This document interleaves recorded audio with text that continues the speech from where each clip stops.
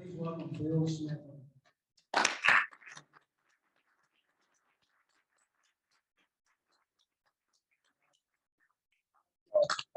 appreciate it. I'll sit down if you don't mind. I've got a bad back. I hope you can see, but I'll speak up. I talk fairly loud. Most people are unfamiliar with the Troop Artillery. They were in Lee's army the entire war. They were a pre-war company, fought under Longstreet, and they were a pre-war company. They were in the Georgia militia, 1858. They obtained one gun. It was a 6-pounder James rifle, if you're familiar with it. Throughout the war, until they got rid of that gun, they had a difficult time getting the ammunition for it, and it was eventually given up. But throughout the war, the Troop Artillery had 4 guns for the most part, 6 guns on one occasion for about, I'd say less than a year, but had as many as 150 men on their roster at that time. 3 guns on one occasion when they lost one at Crampton's Gap. I'm going to go beyond the battle at Dam Number 1, although I'll probably tell you a little bit more about Dam Number 1, the rest of the battles. But if you would save your questions until the end, write them down on this piece of paper, that I passed out, if you would, and I'll be glad to answer all your questions. We'll have a session. I'm supposed to speak for about 40-45 minutes. And the TRR Cobb camp in Athens asked me to speak about Crampton's Gap. After 55 minutes, I had to quit. So I could go on and on and on about my favorite subject. But the Troop Artillery was called the National Artillery before the war.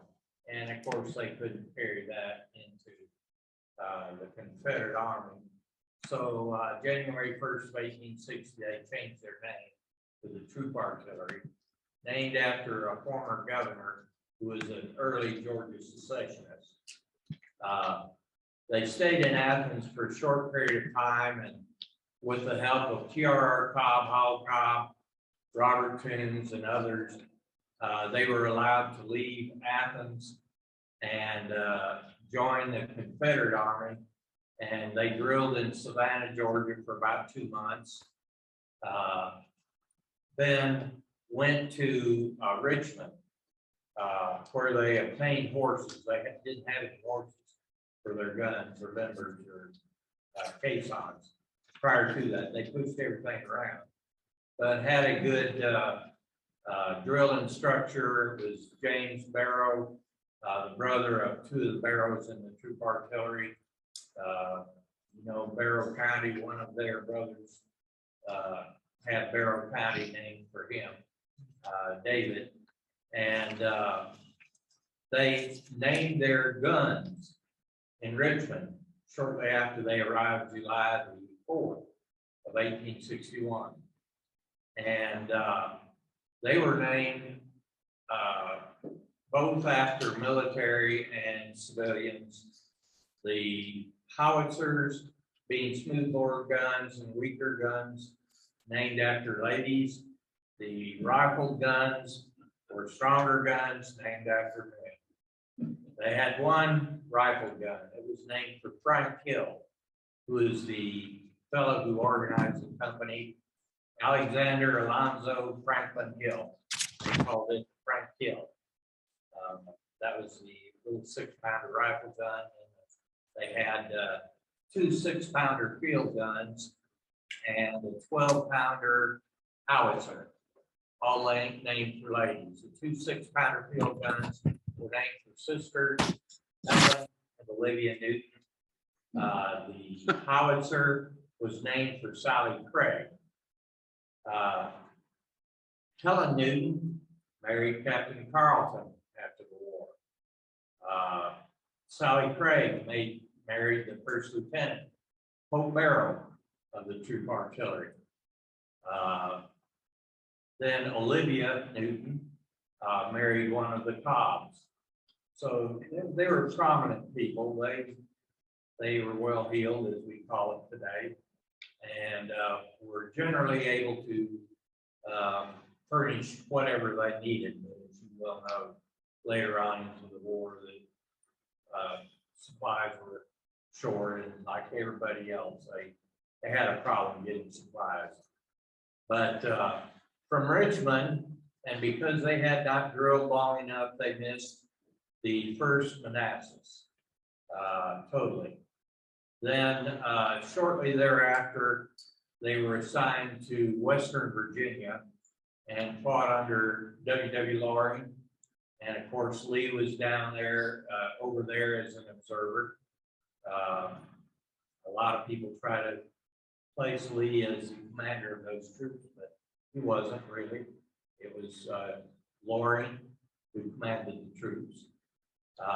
They liked Loring, and they got along real well. They fought or appeared at Cheat Mountain, fired one round, and I'm going to read a short piece on what happened at in that the firing of that one shell.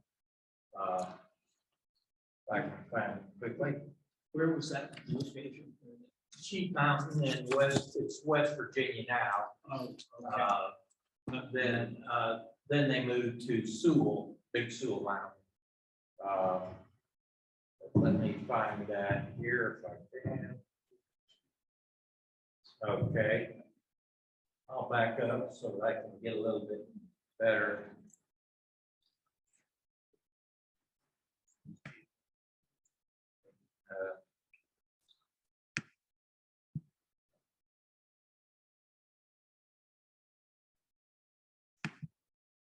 Okay, Lieutenant Carleton described the scene in his letter of October 4th to his brother George, who was in the 3rd Georgia.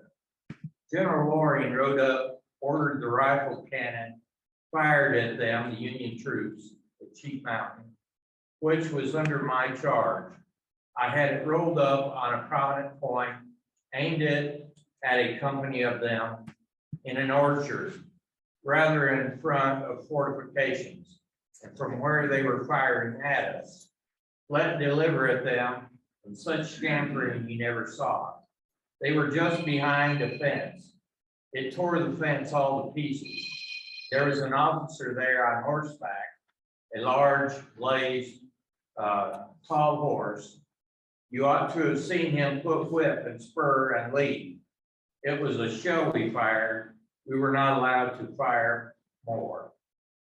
The Union troops had 10-pounder parrot guns and fired probably a total of 40 or 50 rounds of the troop artillery, missing them, or they were such poor gunners, they missed them a long ways. But it changed. The servants were so frightened from the first rounds that were really fired. It took hours for them to be rounded up again and brought back to the group. But that was their first experience. From there, they were assigned to Howell Cobb's brigade on the peninsula. And you will see a map that I put in this little group of 3 pages. The highlighted area was where dam number 1 was located on the peninsula. And they were positioned right in the very middle of that highlighted area, in that circled area. There were 5 dams on that, the Warwick River, 2 dams at Mills, Wynn's Mill to the north, Lee's Mill to the south. Dam number 3 was north of Lee's, dam number 1, and dam number 2 was actually south, so they weren't in chronological numerical order.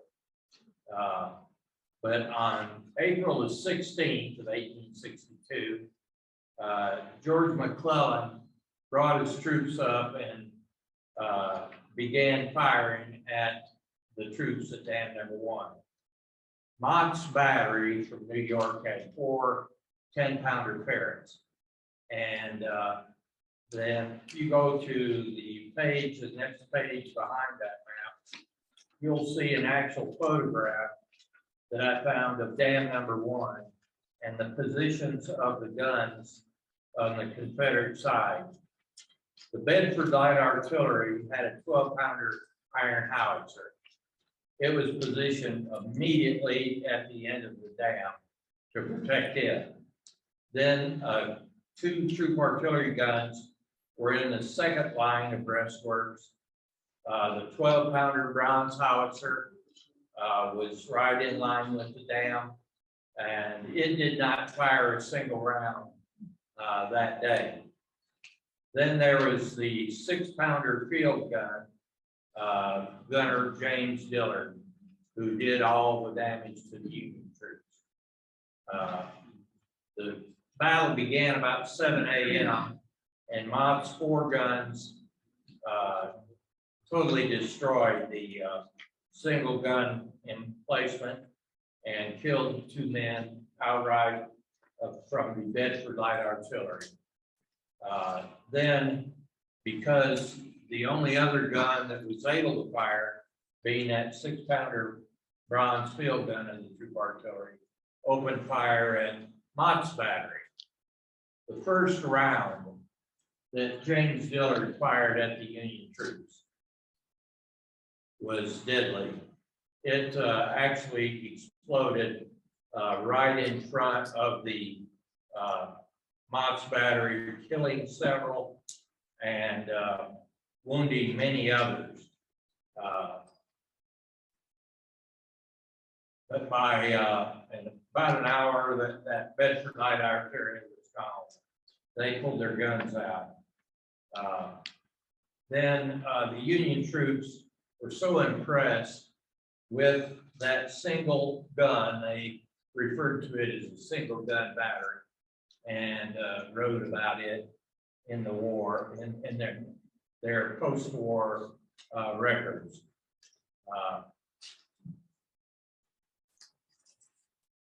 But if I could find that page quickly, where they wrote to the New York newspaper, it will tell you what they did. Unfortunately, I can't find it right offhand, but it's a letter written to the New York newspaper where they described how deadly James Dillard was with his firing at the Mott's battery. Before the day was over, the Union troops had pulled up 22 guns to fire at the Confederate troops, and the Confederates only had 1. And I'll be honest with you, that one little gun did more damage than that entire 22 guns of the Union troops. They were all bigger than a 6-pounder field gun. I don't think there's a single 6-pounder in the Union artillery at this point. But in every single engagement, yes, they totally annihilated the Union troops. And the records reported by all of the Union troops that were at that Dam Number 1 reported how deadly the troop artillery was and had many deaths.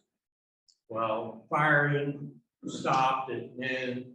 The Union troops decided to take a lunch break and lay down, took a nap, and 3 o'clock picked up again and fired for another hour or 2, and then it dwindled off to nothing. But at 7 p.m., General Longstreet ordered Corporal James Dillard, gunner of the Olivia, to fire a shot at the surveying crew. They had surveyors surveying the Confederate lines, getting ready to pull up some guns. And then the next day they would have had the range on the Confederate lines.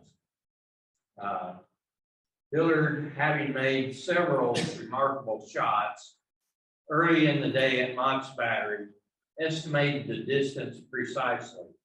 Lieutenant Pope ordered his gun crew to load the appropriate charge of powder, position number 6, cut the fuse of the shell in the proper timing.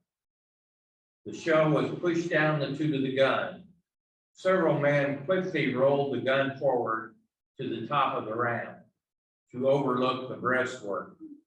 Dillard grabbed the trail handspike with both hands, sighted down the top of the gun to move the gun slightly to the left. Then he adjusted the elevator screw 1 turn and a half to the left until until the gun came down into proper range. Lieutenant Pope ordered the lanyard be given a quick jerk, and it ignited the fulminate of mercury in the tube of the friction primer, thereby igniting the powder in the tube of the 6-pounder. Everything had to work perfectly. Bang went the little barker. The shell exploded precisely where Dillard intended. The shell struck the tripod of the surveyors.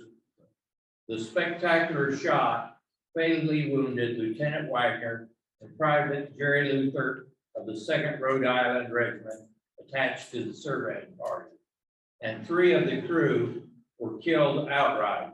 Several others were wounded.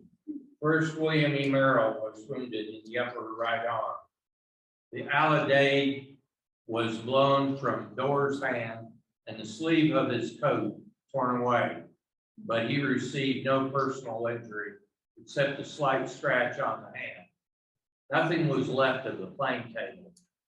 General Longstreet called Dillard's shot the best shot he saw in the war. Many shots as he saw, I can promise you, after you read Battles and Leaders, Longstreet wrote about Sharpsburg, and in that article he gave an example of a Union gun firing about a mile towards the Confederates and took the 2 front legs off of one of the general's horse, and I would say that's a pretty good shot after on a mile shot. But Dillard fired this at 1,000 feet, which is a little over 3 football fields, and did a job on the surveyors there. But that was just the beginning of Dillard's experiences as a gunner. I did a lot of research trying to find when Dillard was the gunner.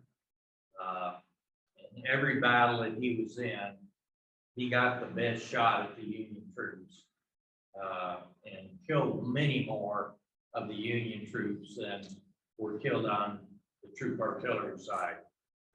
The troop artillery, amazingly, had only 9 deaths from wounds during the entire war. There were 62 men wounded, and only 9 of these died from gunshot during the war.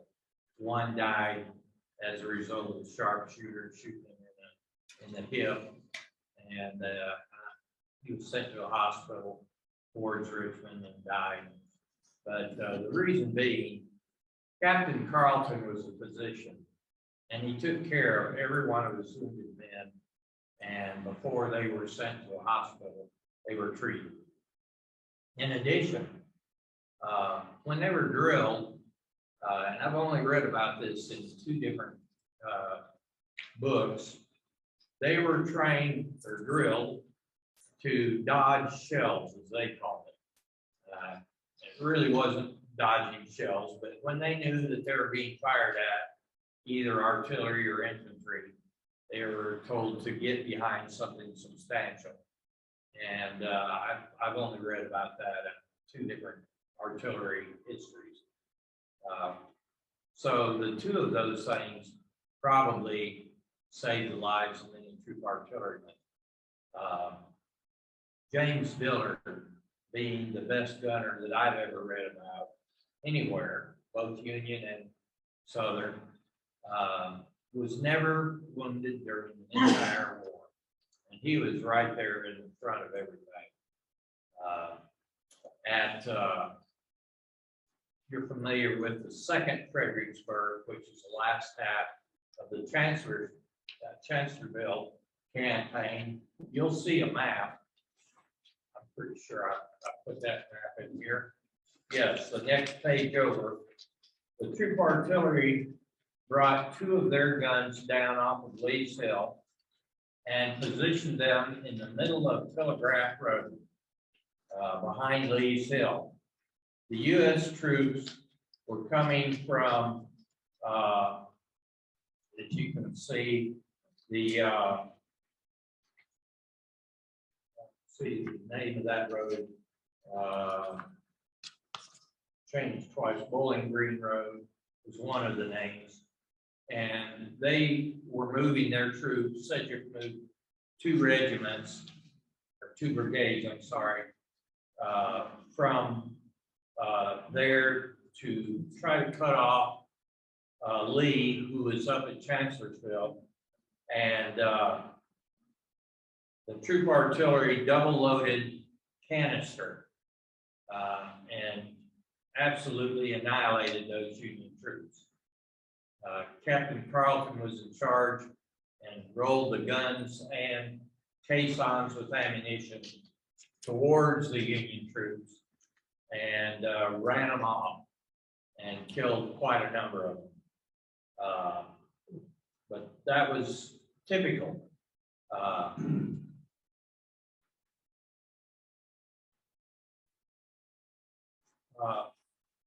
You'll recognize maybe, no, you won't. Lieutenant Pope, he commanded the gun at dam number 1. Captain Carlton, I could only find a sketch of him, the position. John Waddell was the other gunner, usually with Dillard. And when there was 2 howitzers on the front of the Confederate troops, it was Waddell and Dillard. In Crampton's Gap, you may be familiar with what happened there. Some Battle of South Mountain, I think some of them are called it. But at the end of that battle, the Confederate troops had been driven over the gap and were virtually gone when the troop artillery was ordered to bring in 2 of their guns. Well, they brought in 2 howitzers. Dillard and Waddell were in charge of those 2 guns. Dillard again was not wounded. Waddell was severely wounded and left on the field. And it was the entire Jersey Brigade that brought both cannon and their infantry over the top of that gap. And they were about 1/4 mile from the troop artillery when the troop artillery opened fire at the Jersey Brigade. Waddell, being wounded, had to be left on the field. He couldn't be pulled up on a horse. He was too wounded. And so Waddell sat there and watched as the Jersey Brigade the next day buried 40 men on the field. And every one of those had to have been killed by the troop artillery because all of the Confederate infantry had already left. And that's just another occasion where the troop artillery just tore up. Again, they double-loaded canister. And you can't hardly beat that when the troop artillery or any battery opened on the infantry. It would tear them up. At Gettysburg, the troop artillery, the second day was at the Peach Orchard, in Cabell's artillery battalion. And they ran the Union artillery off the field and back on the Cemetery Hill, back behind the lines. The Confederate artillery crossed Emmitsburg Pike and were there the next day when the battle began. And the troop artillery then moved their guns up to the extreme left of the first corps, Confederate corps, and were positioned right in front of all of the infantry that was ready to charge. And as you well know, they were annihilated by the Union artillery before they really got to the Union lines for the most part. But at the high point of the battle, Lieutenant Fremantle, are you familiar with Lieutenant Fremantle of the British Coldstream Guards? Well, he wrote a diary after the war, and he wrote that he rode out on the battlefield thinking that the battle had been won by the Confederates. Well, he first ran up on the troop artillery who had been ordered to move their guns forward. And they were way out in front of any support. At 6 p.m., the field was nearly quiet. Lieutenant Colonel Arthur Fremantle of Her Majesty's Coldstream Guards rode along the battlefield, thanking the Confederate charge won the day, when he saw several isolated guns. Colonel Fremantle penned in his diary, "Soon afterwards, I rode to the extreme front, where there were 4 pieces of rifle cannon, almost without any infantry support. To the non-withdrawal of these guns is to be attributed the otherwise surprising inactivity of the enemy. I was immediately surrounded by a sergeant and about half a dozen gunners who seemed in excellent spirits and full of confidence in spite of their exposed position." The sketch on the bottom of that page, the top of the last page, was drawn by my daughter to represent Fremantle approaching their guns. If you look closely, James Dillard was the one that Fremantle spoke to, and he's sitting on his gun and was waving their battle flag, challenging the Yankees to come down and fight. When Sergeant Dillard saw the rider approach his gun, he dismounted from his 10-pounder Parrott, where he was waving the troop artillery battle flag, challenging the Yankees to come down and fight. Fremantle asked, "Sergeant, are you not afraid to be away out here alone with no support or assistance whatever? Why, look, the enemy are in large force just in your front." Dillard, partially deaf from nearly 2 hours of continuous gunfire, answered, "Yes," supplied Sergeant Dillard, "I have been watching them." "Well, but are you not afraid of them?" repeats the colonel. "Afraid," says the sergeant. "Why, no. Old Uncle Bob put us here, and of course it is all right. He would not have sent us here if it had not been all right. And here we mean to stay until he orders us away." The conversation continued with comments on the results of Pickett's charge. Dillard's final statement was that Uncle Bob will get us into Washington yet. "You bet he will." Fremantle concluded the meeting. Whilst we were talking, the enemy skirmishers began to advance slowly, and several ominous sounds in quick succession told us that it was necessary to break up the conclave. I therefore turned around and took leave of those cheery and plucky gunners. But again, the troop artillery Lee had confidence in them and put them right out in the very front. But on 2 occasions, they were given the honor of firing the signal guns to start a battle. And I'm confident that I can say this accurately, but it was quite an honor to be given the duty of firing the signal guns to start a battle.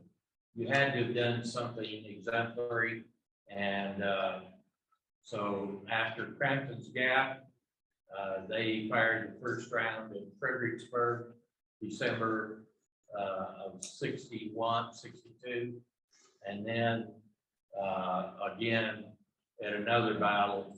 So I've read about it. The Washington Artillery fired the first round at the 3rd day of Gettysburg. The troop artillery fired the signal guns to start the battle on the Confederate side the 2nd day at Gettysburg because of Crampton's Gap. So there's no doubt in my mind, and I've read about Lee having given written commendations to the troop artillery for firing their guns accurately and doing as much damage as they did. It's really, most people just really aren't familiar with the troop artillery. Show of hands, how many of you have ever heard of the troop artillery? 1, 2 people. Well, that's not surprising because very few people have really heard about it. Although there is some written about the troop artillery and the ORs, there just isn't much told about them until I spent the time to research them. I began this book in 1995, right at the time I sold my first book, Campfires of Georgia's Troops. Any of you have that book? 1, 2, 3, 4, 5. That's good. It was a reference book, and I was just curious about the naming of their camps. And I discovered the names of 575 different named camps, and did well selling that book. But it's nearly impossible today to make any money publishing a book. You really have to be dedicated and love your subject. But I spent, out of the 21 years before it was actually published, I would say somewhere in the neighborhood of 15, 16 years, seriously researching the subject. I was quite surprised nobody picked up the history of the troop artillery as much as was written on them. But I'm going to jump back to the end of the war. I don't know whether any of you have your book handy.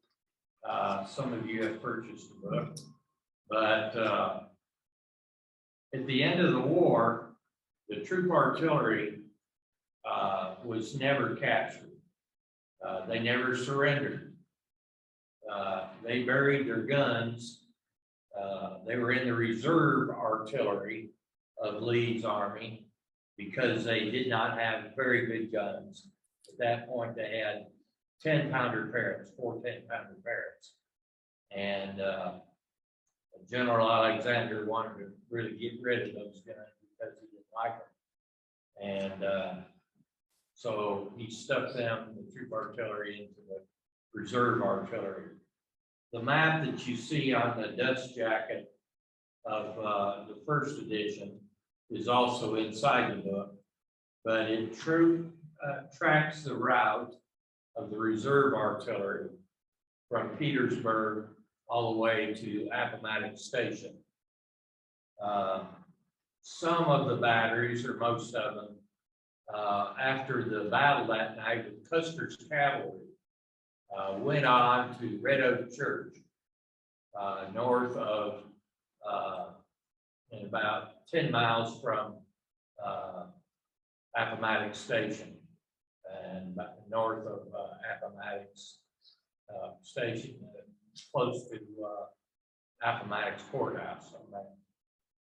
And the troop artillery was leading the group, and they broke away from the rest of them, and decided that instead of joining up with some of the others who went over with Lee to surrender, they decided they would just bury their guns, disband, and go home. Well, after the war, some of the guys wrote very detailed information about where they buried their guns, and all of their caissons were broken down. One of them wrote, "We threw all of our items out of the gun chests or caisson chests into a big old gully." Well, we found that big old gully. The two items on that picture was a gun carriage wrench and part of their pieces of their harnesses. But also found in a creek real close to that big old gully, the top portion of a grease bucket. Right next to the big old gully was the part of a padlock. Another item close to the gully was what I described as a skillet handle that they probably made from a rod and bent a handle on it so it would twist in their hand, and you could take one of those half of a Union canteen that you could break in half and shape like a bowl, and it fit perfectly in that handle that they made, and they could cook with it and then eat out of that.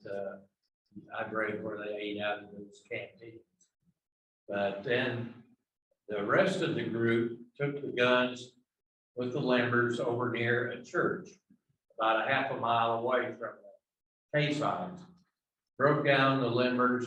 The photograph at the very bottom of that page is very representative of them breaking down the limbers, and they buried the guns, and we found several relics right around where they buried the guns. And 2 limber pole bolts, the bolts between the limbers and the guns, handle from a canister, a copper spoon that they bent and fashioned to be a small funnel.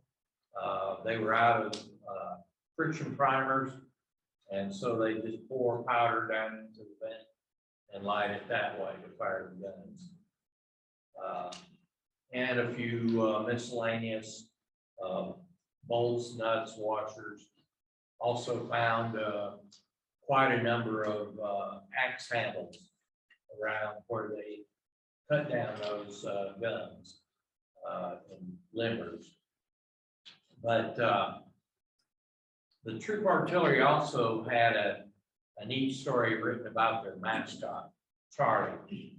They picked him up in Western Virginia, and one of the members wrote a great story about him and published it in the Athens newspaper, and later it appeared in the Confederate Veteran, and it's in the book in its entirety. Also in the addendum, I have a story about the naming of their guns. The history of their battle flag is in the addendum. The roster is far beyond anything I ever have seen in any book, any infantry, cavalry, whatever. After my first book, Campfires, the people at the Georgia Archives invited me to work on Saturdays part-time as their Civil War research assistant. All the other people in there were genealogists, both women and men, about 5, 6, 7 of them. And so I began, fortunately, my research on the roster. And I literally spent several years on the roster. It was a lot of fun. I wanted to find out how they were related. And I found 41 sets of brothers that included 95 men out of the 286 that served in the company. There were over 30 cousins, one father and son, several brother-in-laws, and other relationships in the company. But I tried to find out where they were buried, and spent a lot of time researching where they were buried, the cemetery. I've driven from Memphis, where I found one, Savannah, all over the Southeast, trying to find their grave sites, and have visited many of them. Spoke to the Civil War Roundtable in Birmingham, and I mentioned I discovered the gravesite of William P. Mealer. Mealer was wounded at Dam Number 1. He was handling horses about 100 yards behind the 6-pounder, and a shell, 20-pounder shell, came over the heads of the 6-pounder in the line and hit Mealer below the knee. It literally took off his leg except for the muscles and tendons and what have you. And Mealer sat down, tied a kerchief around his leg, stopped the bleed, and cut his leg off. And crawled back to the line. Well, Mealer wasn't through with his fighting, even though he couldn't fight with Lee anymore in the artillery. He was sent to the hospital in Richmond, rested up, healed enough, sent home, and he wanted to go fight some more. So he went up into Rome, Georgia, and fought with some locals, which wasn't too exciting for him, apparently, after fighting with the troop artillery. And so he somehow got in with Forrest Cavalry and fought with Forrest Cavalry for a while. Well, his wooden leg that he obtained earlier started to wear out, and he asked the commander, Buford, if he couldn't get another wooden leg. Well, Buford, and the story comes directly from a Mealer who knows the story well, told William P. Mealer, go home, my boy. We'll have no wooden legs in Forrest Cavalry. And so he was sent home and lived near Flat Shoals Road in DeKalb County, Georgia. But I found his gravesite. General Hardee is buried in the same cemetery as many other prominent Confederate officers. Live Oak Cemetery in Selma, Alabama. I don't know whether you're familiar with it or not, but it's a tremendous, beautiful old cemetery. Well, I luckily found William P. Mealer's stone. It was one of those that's laid flat on the ground, and it was partially sunk into the dirt. And I took a stick and found out it was Mealer, and told the story to this group at the Civil War Roundtable in Birmingham. Well, thank goodness they had enough initiative to order a stone for Mealer, and now he has a Confederate stone at the head of his grave. Supposedly his wife's buried there. So, commend those boys for doing that, I really do. Luckily, I was able to play taps at John Waddell's memorial service, and the family was there, who I'd been looking for years, and they invited me over to their house and treated me like a king. And we have a gentleman here who's related to John Waddell and to former president of Franklin College, University of Georgia, Dr. Moses Waddell. They added an L to his name, and so it became Waddell. But they invited me over to a family reunion. I met another John Waddell from Florida. And they pulled out his pistol and sword and all kinds of things, and gave me a photograph, which is in the book. There's over 50 images of troop artillery members in the book. And I'm just glad that I was the one that got hold of this thing and put it together. But I've spoken my limit, as I would say, 45 minutes. If you have any questions, I'll be glad to answer them.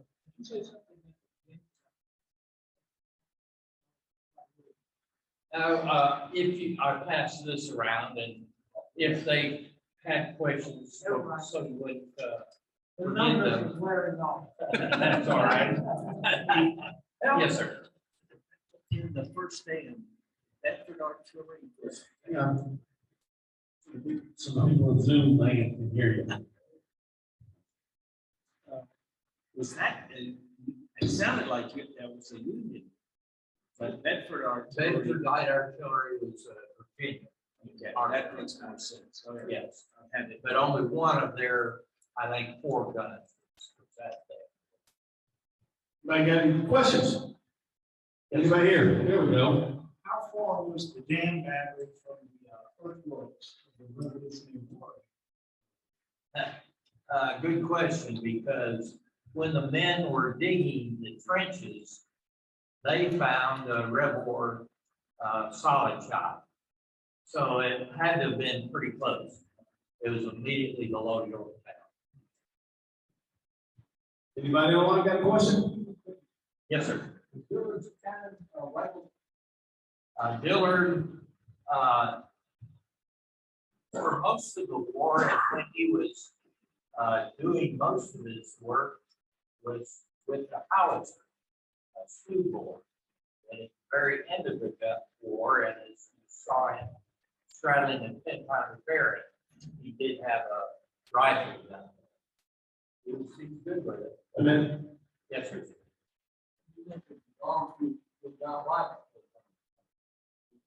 As Alexander at the very end of the war. The reason being was that the shells that were fired from the 10-pounders began tumbling rather than taking that rifling and firing straight.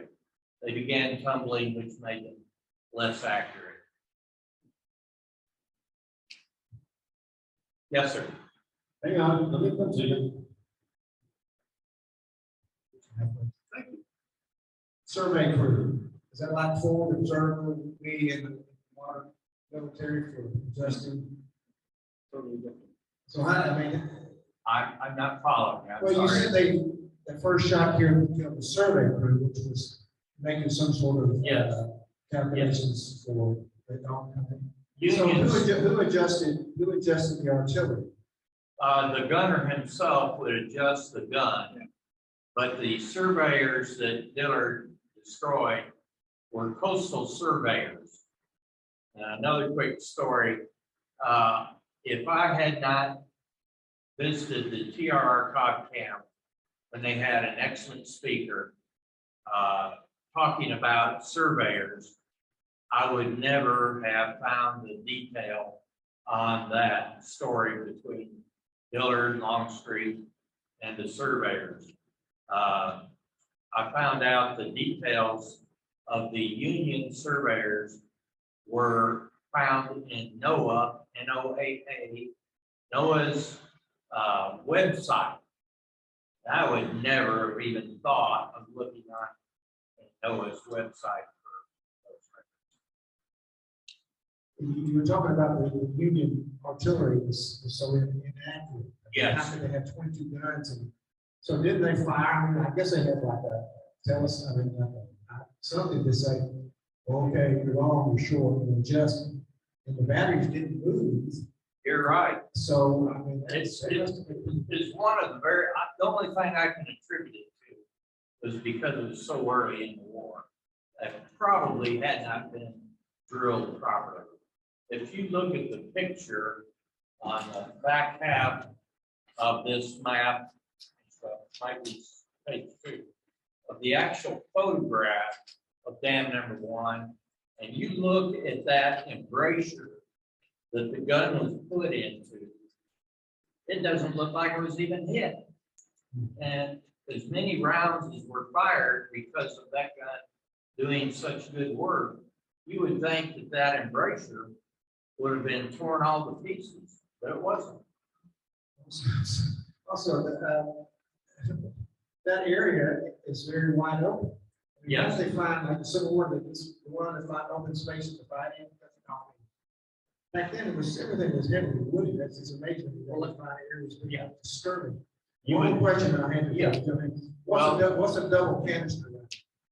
Well, the reason that it's wide open is because they cut the trees down. Yeah. And a lot of those trees are still laying on the ground.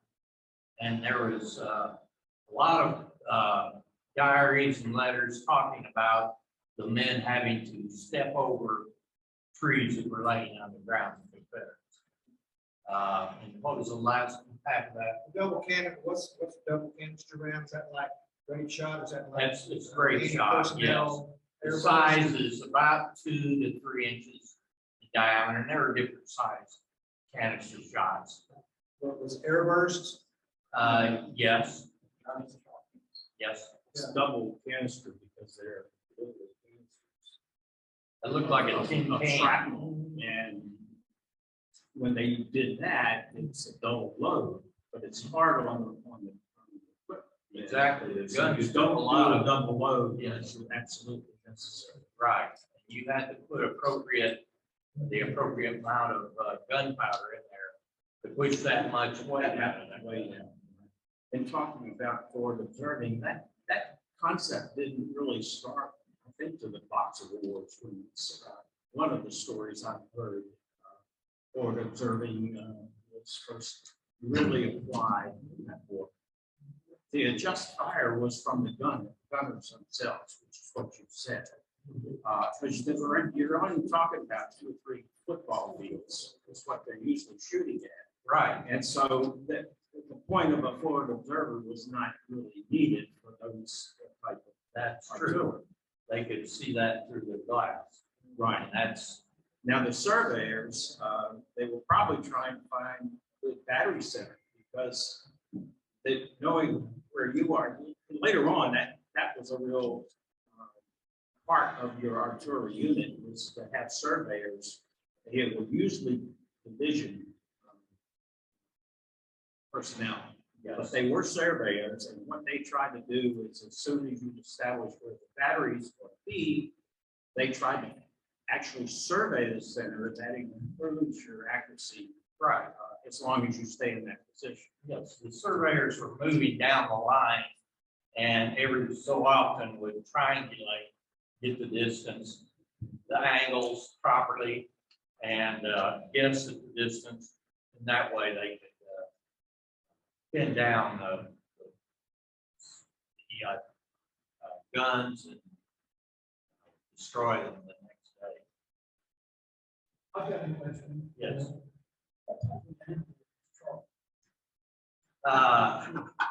What they said he was a mountain vice. Whatever mountain vice. He was a mixed breed.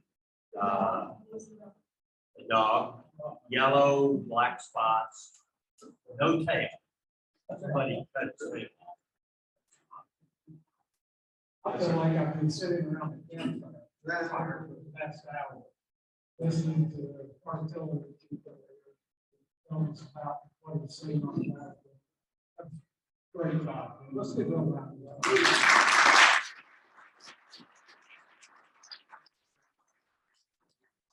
You know, Speaking of accuracy, do we know the name of the Union artilleryman that shot General Smoke through the chest and top of the down right over you? yes, I'm sure that's been recorded, but I'm an Eastern Theater expert. Captain Peter Simons, Fifth Indiana Light. It was his, I don't know that he was the one that sighted the gun. It was his battle. But I could be like Ed and say, yes. I think there's one more question. I'm sorry. Fellow in the yellow, orange. No, I don't know. Oh, okay. I was going to answer the phone. Oh, I didn't By the see- way, I have books for sale out there. Yes, please stop on the way out. Mark, I think, is coming up. We have to go by something. Yeah, do you have any, books Yeah, that's what I online for our Zoomers? No, No. I refuse to deal with Amazon. Okay. Well, I strongly encourage, if you don't have bills, I don't think you brought any copies. So can't find No, they're, But it's a wonderful book, great book, talks quite a bit in there about where we are standing right now. yes. As a joint military institute. So find that on Amazon or somewhere. Please check out. I met Will first time face to face this past weekend at the Civil War show as a talk. And I bought a copy of his book up there. Because I figured my wife